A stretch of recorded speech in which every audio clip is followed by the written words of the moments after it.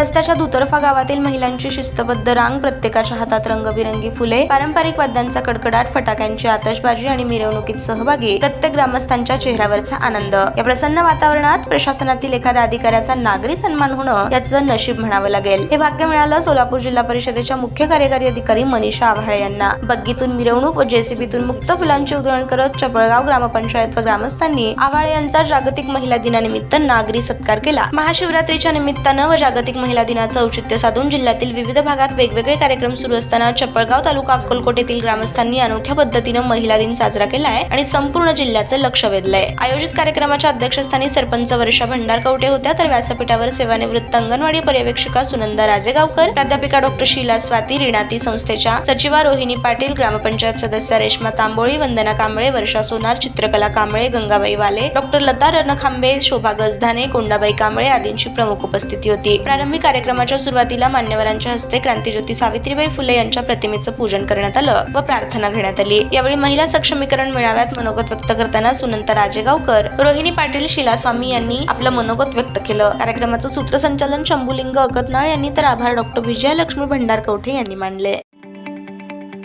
ताज्या बातम्या पाहण्यासाठी प्राईम महाराष्ट्र न्यूज चॅनलला सबस्क्राईब करा।